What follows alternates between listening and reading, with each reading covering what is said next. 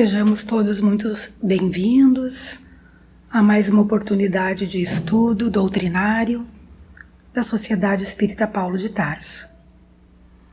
Que Jesus e os bons espíritos nos envolvam em vibrações de harmonia e muita paz, derramando sobre todos nós energias benfazejas, de equilíbrio e muita saúde. Hoje nós vamos refletir sobre o capítulo 4 do Evangelho segundo o Espiritismo. Ninguém poderá ver o reino de Deus se não nascer de novo. Vamos falar sobre a pluralidade das existências versus a unicidade das existências. Utilizaremos para isso o critério razão e justiça. A reencarnação é um dos pilares mais importantes da doutrina espírita, se não o elemento fundamental dessa doutrina, sem o qual não existe lógica na justiça divina.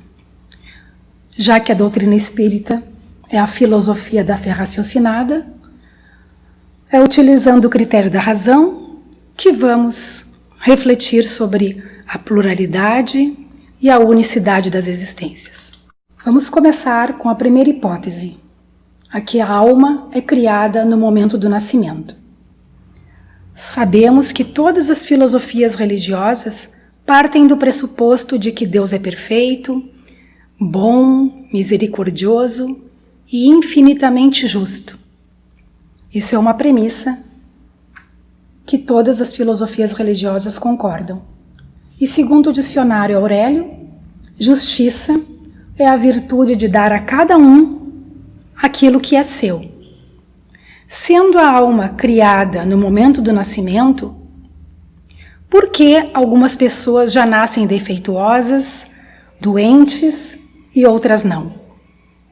Seria justo que Deus fizesse pessoas sofrerem desde o nascimento por algo que elas não fizeram? Ou pelo que outras pessoas fizeram? Existem algumas filosofias que defendem a ideia de que os filhos pagariam pelos delitos cometidos pelos seus pais. E isso não parece nada justo. Sendo a alma criada no momento do nascimento, e nós estamos aqui falando sobre critérios de justiça e razão, como explicar diferenças físicas entre as pessoas? Por que alguns nascem belos e outros feios? Por que alguns nascem inteligentes e outros com muitas limitações?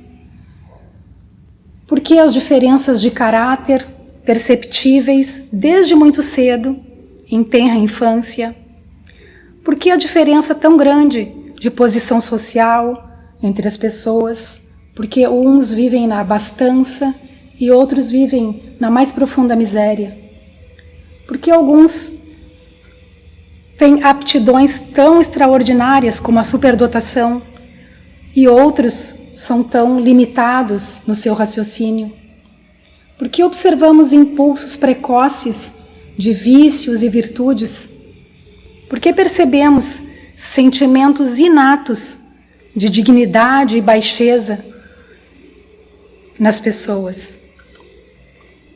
Se não há uma causa anterior que justifique essas diferenças, que critério a divindade utiliza para distribuir saúde, riqueza, miséria, doença, inteligência, idiotia? Alguns argumentam que essas deficiências decorrem de uma herança biológica, que a biologia seria responsável, que os pais produziriam esse corpo defeituoso. Mas aí nós temos que refletir que os pais produzem somente o corpo. Mas como foi escolhida a alma que iria habitar esse corpo? Qual o critério que Deus utiliza para estabelecer que alma seria destinada a esse corpo defeituoso se ela foi criada naquele momento? Digamos que existam 3 almas para reencarnar e existam 3 corpos as esperando. 2 deles saudáveis e 1 limitado. Que critério Deus utiliza para estabelecer qual delas irá para o corpo saudável e qual irá para o corpo limitado, se não existe uma causa anterior? Isso seria um mero acaso. Seria Deus jogando dados para definir o destino de cada uma delas. No Livro dos Espíritos, na questão 132, Kardec pergunta aos espíritos qual é o objetivo da encarnação dos espíritos. Qual a finalidade da encarnação? E os espíritos respondem: Deus lhes impõe a encarnação com a finalidade de levá-los à perfeição.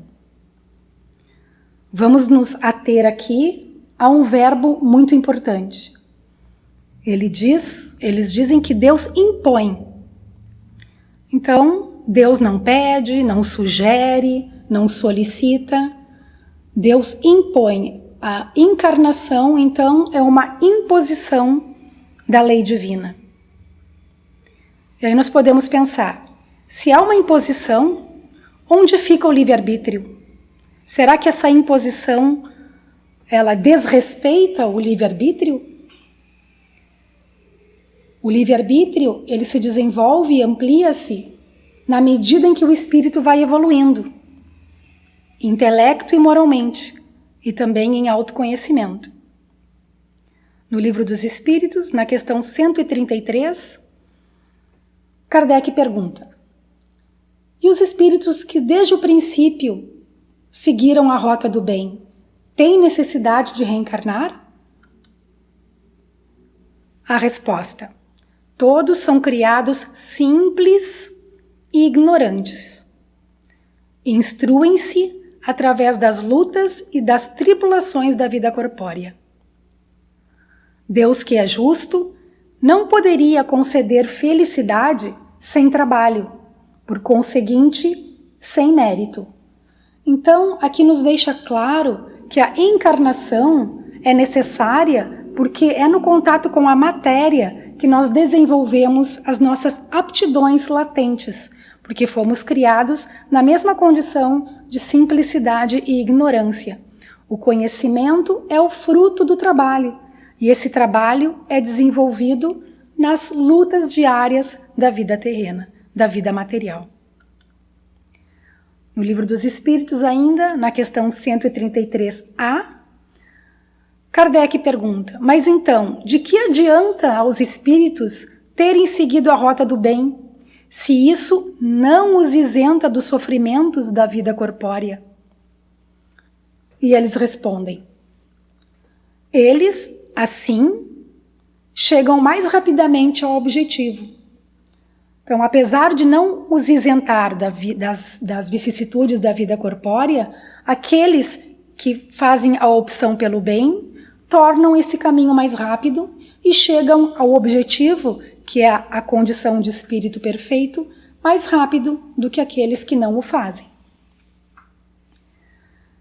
E o determinismo e o livre-arbítrio podem coexistir.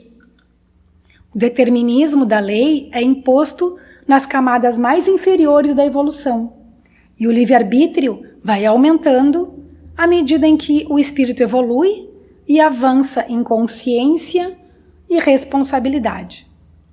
Isso nós podemos exemplificar com uma situação aqui da Terra.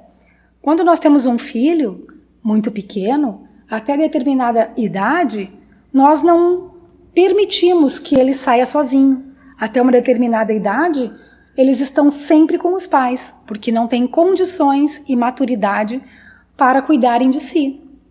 Passado um tempo, nós permitimos que ele vá até a casa do vizinho. Passado mais algum tempo, nós permitimos que ele vá até a esquina, e assim nós vamos observando esse aumento da consciência, esse aumento da responsabilidade, até que ele vai se tornando mais autônomo, mais consciente das suas possibilidades, vai tendo mais cuidado, já pega um ônibus, e assim o seu livre-arbítrio vai aumentando de acordo com a sua responsabilidade aumentada e a sua consciência. Quanto mais maturidade e responsabilidade vamos tendo, maior a nossa liberdade de escolha. É assim, a lei divina também nos impõe a encarnação e a reencarnação. Vamos também fazer um novo exemplo com uma questão cotidiana, para explicar essa questão da maturidade espiritual, do livre-arbítrio e do determinismo. Digamos que uma criança se encontra adoentada e os pais a levam ao médico. E esse médico observa um processo infeccioso que precisa tomar uma injeção como medicação. Toda criança sabe que injeção dói. Ela não sabe o mais importante a respeito da injeção. Ela não sabe o efeito benéfico que ela vai ter para a sua doença. E embora os pais expliquem, os pais digam que era para o seu bem, que vai doer, mas que é necessário, a criança não entende. E então ela vai negar, chorar, espernear, e apesar de tudo isso, os seus pais vão aplicar a injeção contra a sua vontade. Por quê? Porque eles aplicarão a injeção embora a criança não compreenda o efeito e a necessidade, justamente porque é necessário. A criança magoa-se, não compreende, pergunta por que fizeram isso comigo, e nós, enquanto espíritos, somos iguais no mundo espiritual. Muitas vezes precisamos reencarnar, temos que vir por imposição da lei, porque é necessário para a nossa evolução. E é assim que nós temos que diferenciar vontade, desejo de necessidade. Para que nós consigamos com maior facilidade diferenciar desejo de necessidade, é preciso maturidade. Então vamos ver. Necessidade. Comer. Comer é uma necessidade. Mas para matar a fome, que é uma necessidade, nós precisamos comer qualquer coisa. Já desejo seria comer brigadeiro. Não necessariamente brigadeiro seria necessário para matar a nossa fome. Quando nós queremos um brigadeiro, nós não estamos tendo necessidade, e sim desejo. Outro exemplo, precisamos de um calçado para suportarmos o frio do inverno. Isso é a necessidade. Mas quando nós queremos que esse calçado seja um tênis de determinada marca, não é necessidade, é desejo. De novo, então, Deus vos impõe a encarnação com a finalidade de vos fazer progredir. Sendo assim, a encarnação não é uma obrigatoriedade punitiva, mas ela é uma necessidade evolutiva. O encarnar e o reencarnar é para que se dê sequência ao nosso processo de aprimoramento intelecto-moral.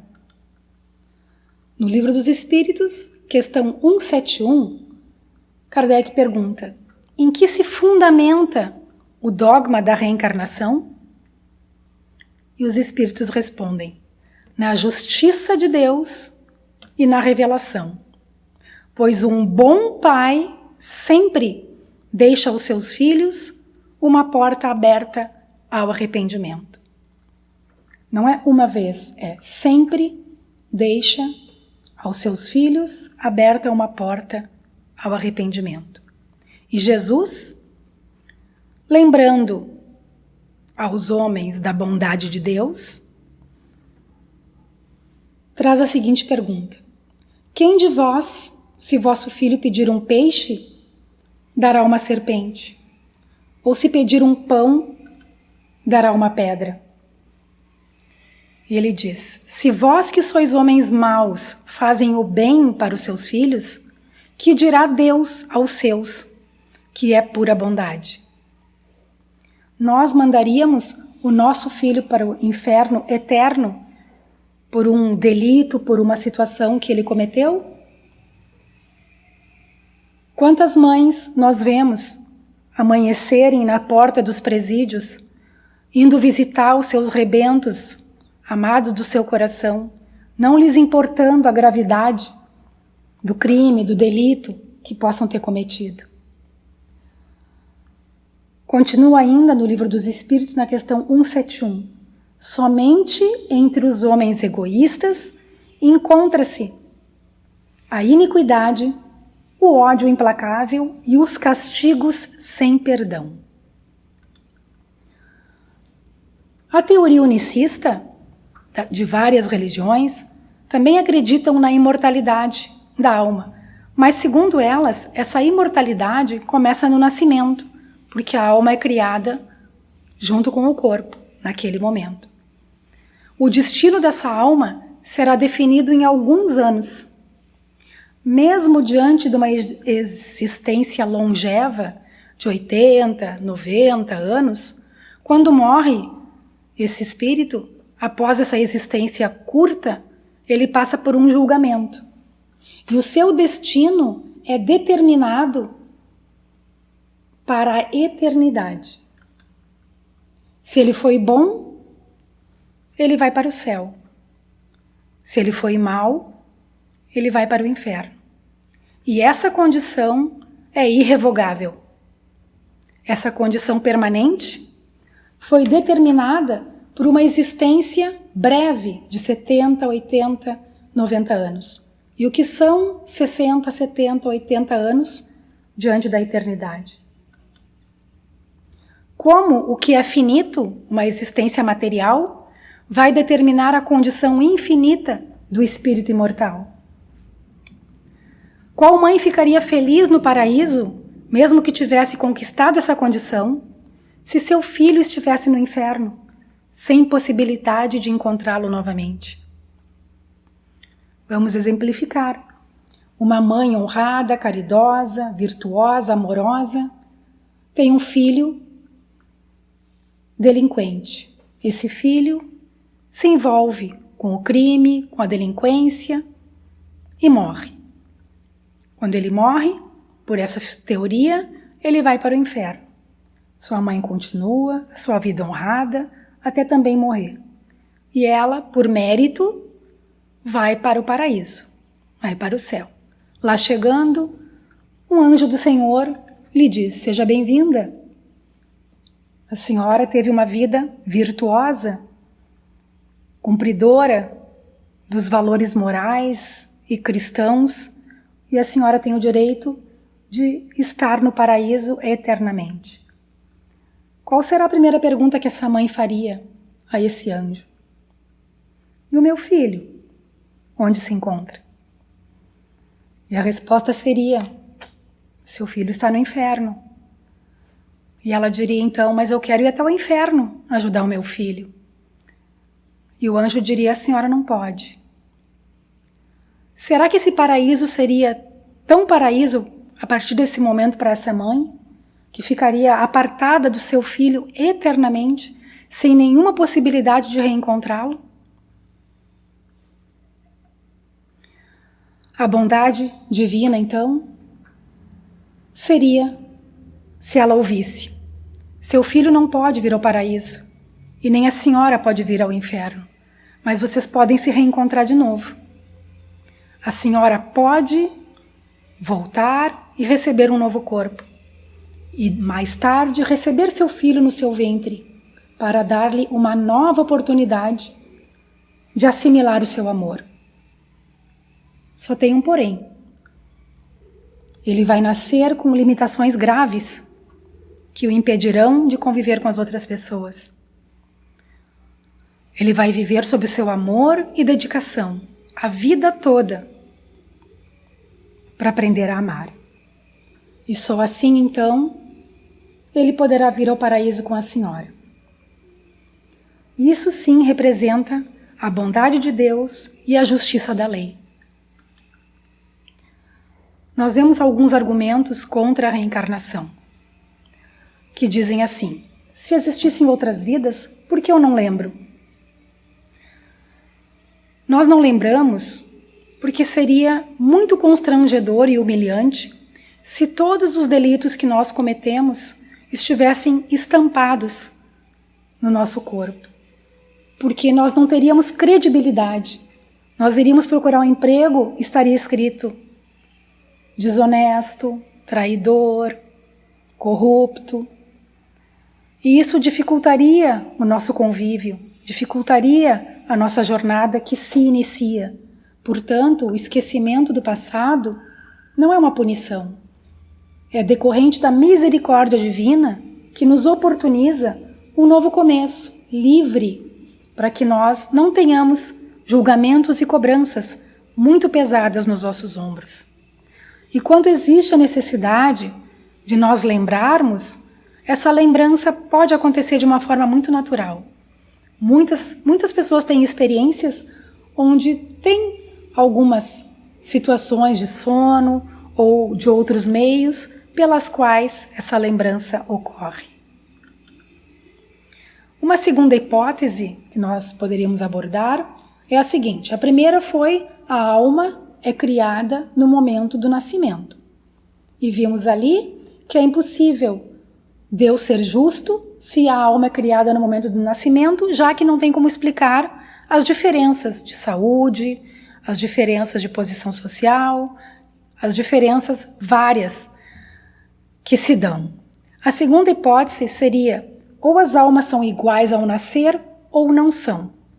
Se as almas são iguais ao nascer, como que nós explicamos as diferenças de aptidões? Se elas não são iguais, foi Deus que as criou diferentes. Se Deus as criou diferentes, como justificar essa superioridade inata? Se existe superioridade inata, existe parcialidade. E se existe parcialidade, não existe justiça, porque a justiça é de amor e de caridade e é uma justiça equânime, que abarca a todos. A terceira hipótese: Deus não pode impor ao homem um reinício de uma série de dificuldades e tribulações. Mas aí então nós acabamos de ver, né, que será mais bondade então condenar o homem ao sofrimento eterno do que lhe conceder uma nova oportunidade, um reinício dessa tarefa? E a quarta hipótese é com relação ao futuro. Se somente existe a presente existência e ela é decisiva para a sorte futura da alma, qual seria a posição do homem civilizado e do selvagem? As crianças que morrem sem fazer o mal e tampouco fazer o bem, para onde elas iriam? Elas iriam para o paraíso sem mérito, porque não tiveram tempo de demonstrar se fariam o bem ou fariam o mal?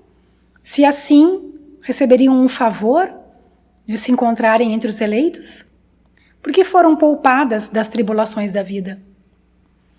E aqueles que fizeram mal por ignorância, não teriam uma nova oportunidade de se instruir, de crescer em conhecimento e moralidade?